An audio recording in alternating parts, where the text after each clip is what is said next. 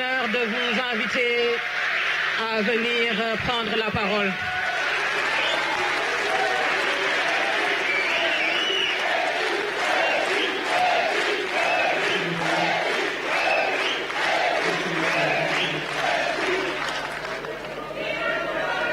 Merci beaucoup.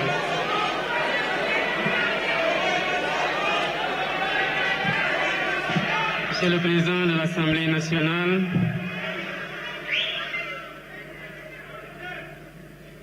Monsieur le Président de l'Assemblée nationale, El Hadj Malick Ndiaye, Monsieur le Premier ministre Ousmane Sonko,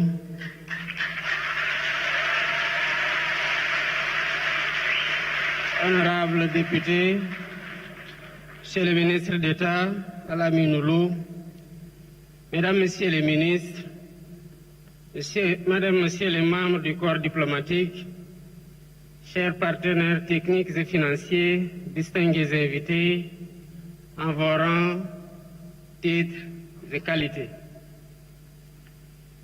Je voudrais commencer mon intervention par des félicitations. Des félicitations nourries à l'endroit de Monsieur le Premier ministre.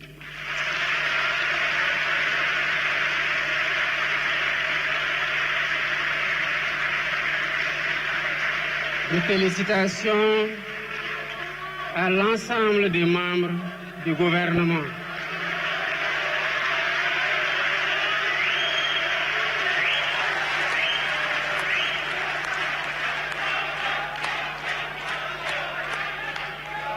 Mais des félicitations aussi à tous les collaborateurs de l'équipe gouvernementale et du président de la République qui ont contribué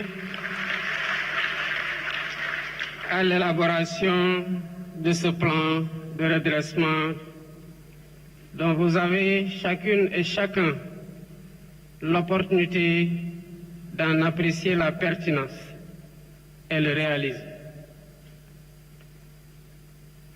Voilà bientôt un peu plus de 15 mois que vous nous avez fait confiance.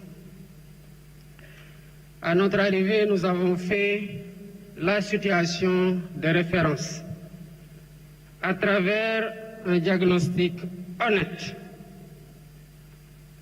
D'abord, par un audit de l'Inspection générale des finances publiques, comme nous l'impose la loi 2012-22 portant code de transparence dans les finances publiques. Nous avons par la suite remis cet audit pour certification à la Cour des comptes qui en a aggravé les résultats, comme pour témoigner de sa liberté d'action et de son indépendance. Nous ne nous sommes pas arrêtés à ça. Nous avons commandité un audit externe par un cabinet avec une signature internationale, à savoir le cabinet Forvis Mazars. Nous avons fait tout ça pour que les Sénégalais comprennent, comme nous aussi nous l'avions compris, l'envergure et la gravité de l'héritage qu'il faut balancer avec l'espoir qui a accompagné notre élection. Mais la finalité n'a jamais été de vous dire voilà où en était le pays. Parce que justement, c'est parce que ça ne marchait pas que vous avez décidé de changer d'équipe.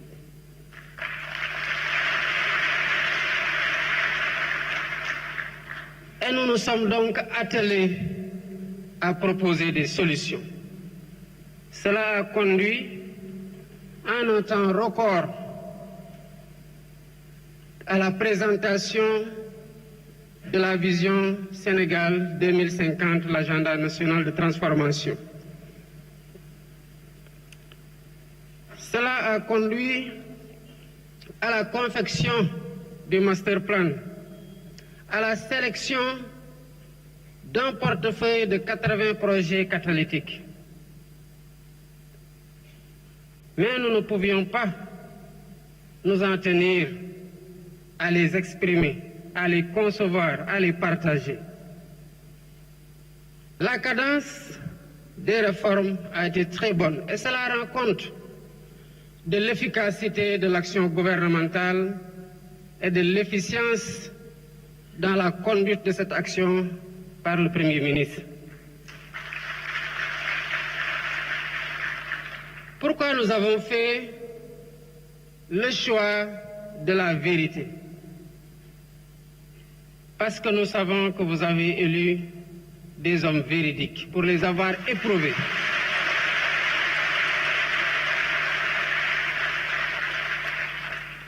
Des hommes d'honneur qui n'entendent pas changer au contact du pouvoir. Nous avons fait le choix de la vérité parce que nous avons du respect pour vous, peuple sénégalais.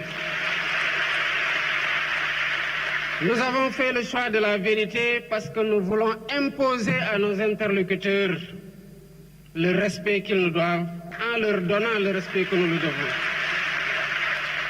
Et cela ne se fait que dans la vérité. Mais nous avons aussi fait le choix de la vérité pour corriger les anomalies et nous assurer que plus jamais cela ne puisse se reproduire.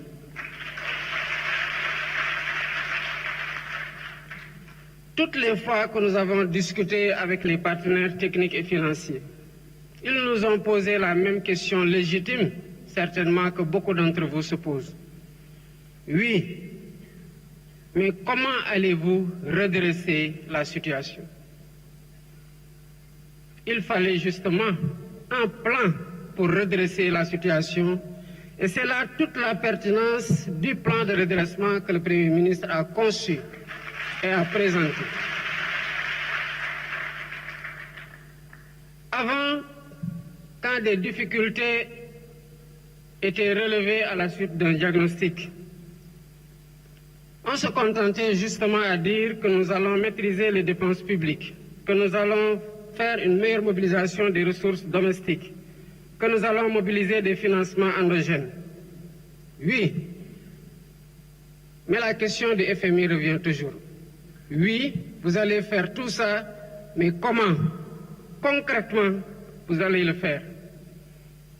Évidemment, il n'y avait pas de réponse, si ce n'est dinañ ko lijjanti.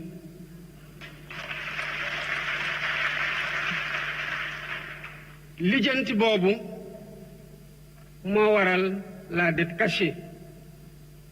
Parce que quand on est sûr de ce qu'on doit faire, de ce qu'on veut faire pour apporter des solutions suite à un diagnostic, on doit pouvoir partager clairement les solutions qui sont envisagées.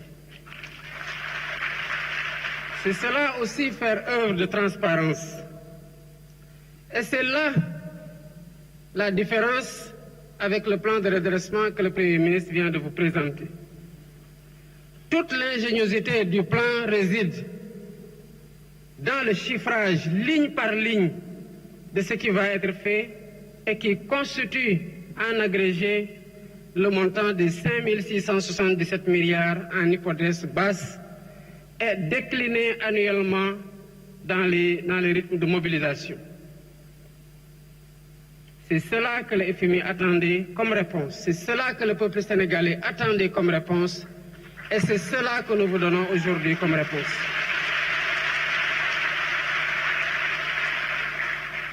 Le Premier ministre l'a dit à juste titre.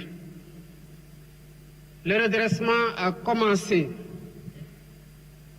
avant ma prestation de serment. Quand lors de ma visite au Palais de la République, m'entretenant avec mon prédécesseur, je lui ai dit que j'ai appris que vous êtes sur le point de signer une convention, une concession sur les chantiers navals de Dakar qui n'a pas été négociée dans les bons meilleurs termes. Évidemment, il s'en est défendu, mais je lui ai demandé de stopper.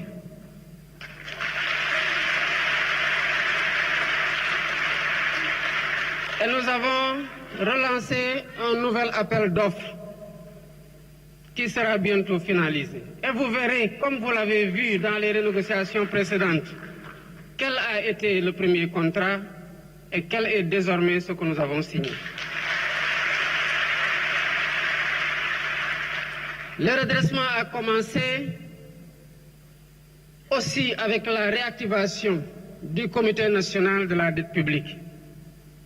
Évidemment, tout le monde se pose la question de savoir, mais comment cela a-t-il pu arriver sans que les ressorts de vigilance de l'État ne puissent se déployer? Évidemment, ils ont désactivé tout ce qui aurait pu donner l'alerte pour qu'on puisse freiner ou faire freiner des quatre fers. Aujourd'hui, quel que soit le marché qui est attendu, l'avis du Comité national de dette publique est systématiquement requis, ce qui permet au Trésor d'avoir une visibilité sur l'endettement. Mesdames, Messieurs, le redressement a commencé et se poursuit.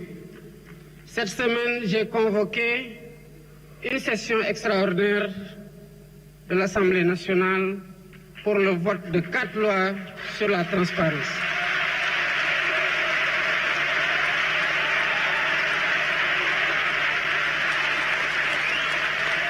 Mesdames, Messieurs, je vous invite à vous approprier ces lois.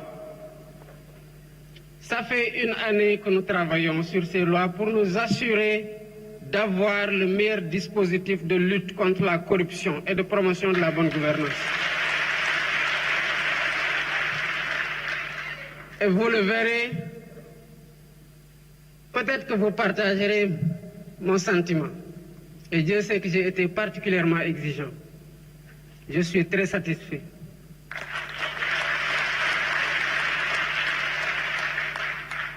Ces lois contribueront à renforcer significativement le dispositif opérationnel de lutte contre la corruption et de promotion de la transparence et de la bonne gouvernance.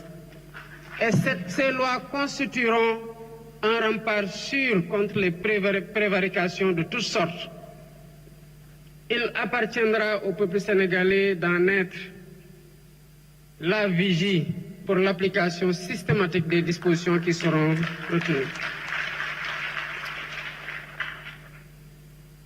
Comme vous le savez, la reddition des comptes aussi se poursuit. Vous avez vu, l'Assemblée nationale fait son travail, la justice fait son travail dans la sérénité. Et ce travail se poursuivra dans la sérénité. Pour ce qui concerne la taille de l'État, le redressement aussi a déjà commencé. Nous avons dissous le Haut Conseil des collectivités territoriales et le Conseil économique, social et environnemental. Qu'est-ce que nous avons fait par la suite des budgets de ces deux institutions? Nous avons recruté 2000 enseignants.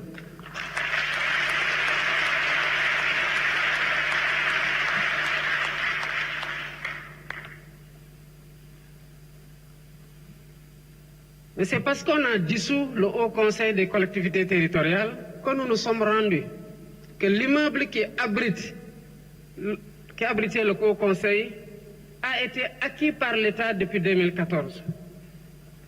Mais l'État a continué de 2014 à 2024 à payer des loyers sur le même immeuble qu'il appartient.